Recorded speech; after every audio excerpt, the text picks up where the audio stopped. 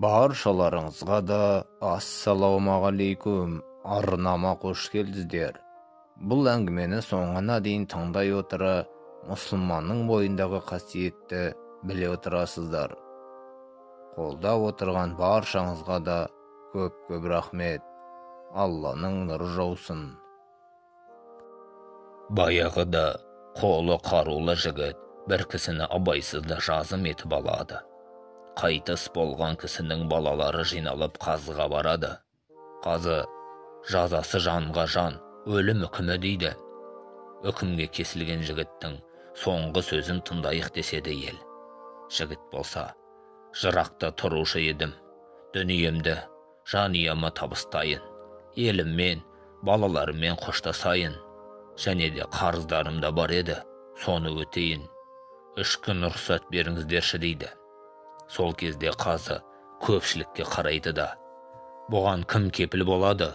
Кепіл болатын адам бар ма дейді. Ешкім де үндемейді. Себебі бейтаныс жігіт алдап кетіп, келмей қалса, оған кепіл болушы жазалануы мүмкін еді. Тағы да сұрайды, бұл жолы да ешкім үндемейді. Сол кезде қарт сахаба Абу Зар шығып, мен кепіл боламын. Оны танымаймын, бірақ келмей қалса, жазасын өтеуге дайынмын дейді. Бәрі қатты таңғалысып жатады. 3 күніміз 3 сағаттай өте шығады. Халық қайта жиналады. Жігіт жоқ. Адамның бәрі уәде беріп кеткен жігіттің жолына қарап тұр. Бірақ ешкім көрінбейді. Алдандау деп сандарын соққалы тұрғанда, алыстан жігіттің қарасы көрінеді. Жігіт жүгіріп келеді екен. Сонда оның уәдесіне тұрғанына бәрі таңғалысады. Ол болса, ауылым алыс болғаннан кешігіп қалдым. Бәріне де үлгердім. Енді өлімге дайынмын дейді. Сонда қазы жігіттен, сен өлетініңді біле тұра, осында келдің. Неге қашып кетпедің дейді. Сонда ол, мен сертімде тұрмасам, кейін мұсылмандар арасында серт жойылып кетеме деп қорықтым. Сол үшін келдім дейді. Қазы болса, Абуға да бұрылып, сен бұл адамды танымайсың. Сонда да кепіл болдың, себебі неде дейді.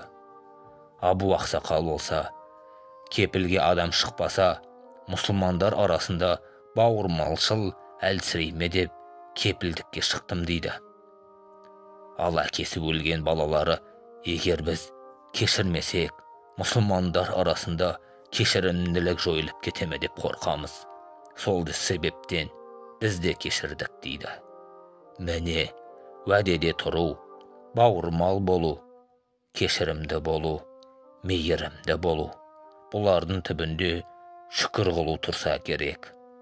Әр адам шүкіршілік етсе, дүниеге мейірім шуағы жайылады екен. Ғибарат болсын баршаңызға да. Қазақ еліне бір Алла өзі жар болсын. Әңгімені соңына дейін тыңдағандарыңызға көп рахмет. Алланың нұры жаусын. Әр мұсылманның бойындағы осы қасиетті Аллах тағаламыз мәңгілік қылсын.